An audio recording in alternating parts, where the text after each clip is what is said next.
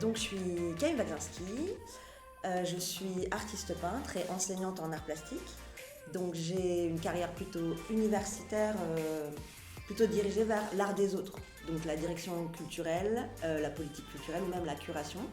Ce qui fait qu'en fait à un moment j'ai complètement oublié ma pratique, ou en tout cas je l'ai intimisée parce que je m'occupais des autres. Et aujourd'hui je suis à un moment de ma vie où je remets en avant ma propre pratique et ma propre peinture. J'ai choisi d'intituler mon exposition Identité, puisque identité c'est un mot polysémique, donc qui a plusieurs sens, et c'était tous les sens de ce mot-là qui m'intéressaient.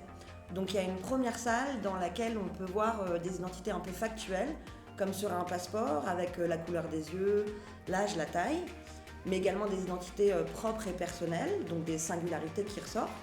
Et la deuxième salle est plus sur l'identité numérique, donc c'est sur le selfie, une exposition qui est en cours et à venir, donc c'est plus une mise en bouche. Et là, je parle de l'identité à la fois personnelle et numérique, mais également du mot identité comme être similaire, puisque je mets en avant la pratique du selfie, qui est une pratique où tous les gens font la même chose, donc ils sont identiques, et à la fois ils mettent en avant leur propre identité, leur singularité. Donc c'est ce qui m'intéressait autour du terme identité dans cette exposition. Donc je peins, je pense, pour pallier un manque. Pour moi, la peinture, c'est un moyen d'expression. Et aujourd'hui, quand je parle, souvent, je me sens limitée, soit par le vocabulaire, soit par le temps, soit parce que si je suis très impulsive ou parfois radicale dans mes propos. Et la peinture, ça me laisse le temps, ça me donne une durée plus longue pour m'exprimer et aussi aux autres pour recevoir. Donc je pense vraiment que c'est un outil pour moi pour pallier ce manque-là, qui est celui parfois du discours et de la conversation. Alors, à brûle pour point, je dirais qu'il n'y en a pas, mais finalement si, puisqu'en fait l'artiste donne sa vision du monde, et une femme vit dans un monde particulier, un homme vit dans un monde autre, donc obligatoirement il y a des différences.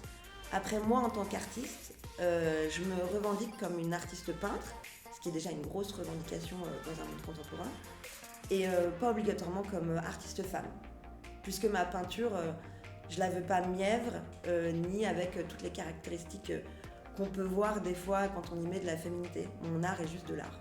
Voilà. Donc ma réponse spontanée, c'était un plat de pâtes. Alors moi j'ai pensé tout de suite à un plat de pâtes, parce que c'est un truc que tout le monde aime, enfin des pâtes au beurre avec du gruyère. C'est à la fois hyper simple, et des fois on a des cravings de plats de pâtes, et en fait ça fait toujours plaisir. On peut le manger seul, avec des amis, un peu à n'importe quelle heure. Et je trouve que la pop culture c'est un peu ça, c'est un plat de pâtes, un truc simple et qui fait toujours plaisir. Si on rajoute beaucoup de gruyère, c'est super bon. Voilà. En artiste femme, spontanément, je pense à Frida Kahlo, puisque ce que je trouve très intéressant, c'est qu'aujourd'hui son imagerie est connue, majoritairement pour son visage, et qu'en fait sa peinture pas tant que ça, et aussi son histoire avec un peu un renversement de situation. J'aime aussi beaucoup sa radicalité dans sa vie, le fait qu'elle soit très amoureuse, passionnée, pas seulement des hommes, mais aussi de la vie et de la peinture.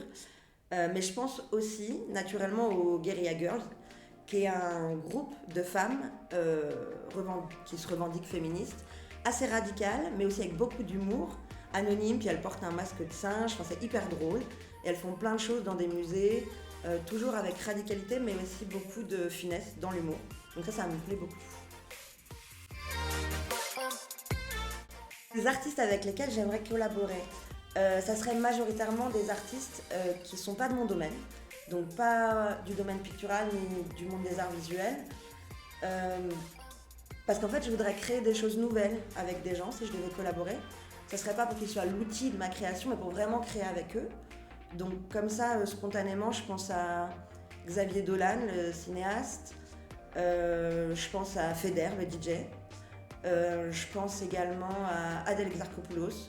Je trouve qu'il y a une vraie puissance, mais là ça pourrait être plus sur du modèle un jour. Ou même des chefs restaurateurs.